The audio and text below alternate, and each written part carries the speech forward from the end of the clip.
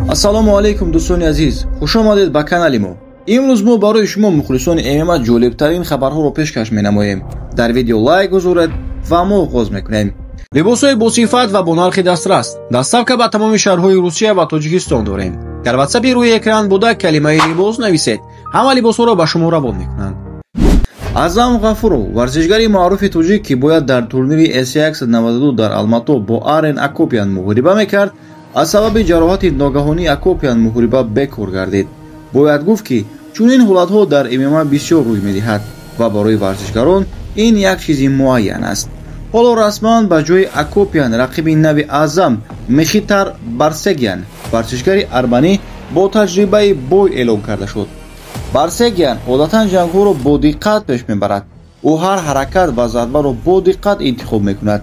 Мехитар дар охирин ҷангаш бо Эмом Маҳдӣ Орзузода бо қарори якдилонаи доварон пирӯз шуд. ӯ тамоми се давраро таҳти назорат нигоҳ дошт ва бо зарбаҳои дақиқ рақибро мағлуб кард. Азам бошад бо таҷриба ва фишори худ метавонад муҳорибаро ба фоидаи худ гардонад.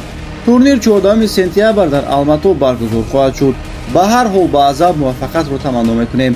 агар хоҳед ки дар видеои навбатӣ мо дар бораи варзишгарон маълумоти бештар диҳем, пас дар видео лайк гузоред. Арман Сарукян, варзишгари арманӣ дар UFC, қарор аст ки рӯзи 22 ноябр дар Қатар рақобат кунад. ҳоло номи рақиби ӯ расман маълум нест, зеро то ҳол шаҳрнома барои ҷанг имзо нашудааст. аммо дар миёни хабарҳо ҳастанд ки эҳтимол рақибаш Дэн Хукер хоҳад шавад. арман ҳоло дар як силсилаи зебои 4 ғалабаи пайдарпай қарор дорад. дар охирон ҷангаш, ки моҳи апрели соли 2024 баргузор шуд, ӯ бо бразилигӣ Чарлз Оливейра рӯбарӯ шуд ва бо қарори доварон пирӯз гардид. дар маҷмӯъ арман дар ММА то имрӯз 22 ғалаба ва 3 мағлубият дорад. ин ҷанг на танҳо барои арман, балки барои мухлисони ММА як сабқати пурҳаяҷон ва шадид хоҳад буд. мо интизорем ки рақобати ӯ бо рақибони нави пурқудрат боз ҳам шавқовар ва фаромӯшнашаванда бошад. Доробшон Наботов дар историяи инстаграмаш аксе нашр кард, ки дорад ба Германия парвоз мекунад. бояд гуфт, ки муҳорибаи навбатӣ ӯ дар лигаи нави хоҳад шуд. рақибаш бошад Маурисио Оталаро аз Колумбия мешавад. муҳориба рӯзи 6 сентябр барпо мешавад. мубориза бо Маурисио Оталаро қадами хеле муҳим дар карьераи ӯ ба ҳисоб меравад.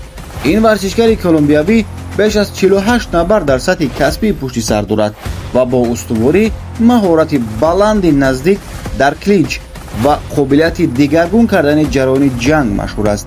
барои Наботов ин ҷанг як санҷиши воқеӣ хоҳад шуд, то нишон диҳад, ки то чӣ андоза омодаи сатҳи баланди ташкилотҳои ҷаҳонӣ мебошад. пирӯзӣ дар Ҳамбург метавонад ӯро боз як қадам ба дастгирии шаҳрнома бо UFC наздиктар кунад ва таваҷҷӯҳи дигар лигаҳои бузург аз ҷумла PFL-ро низ ҷалб намояд. ба Доробшон низ муваффақиятро таманно мекунем. ин буд видеои имрӯзаи мо дӯстон. то видеоҳои навбатӣ саломату сарбаланд бошед. хайр.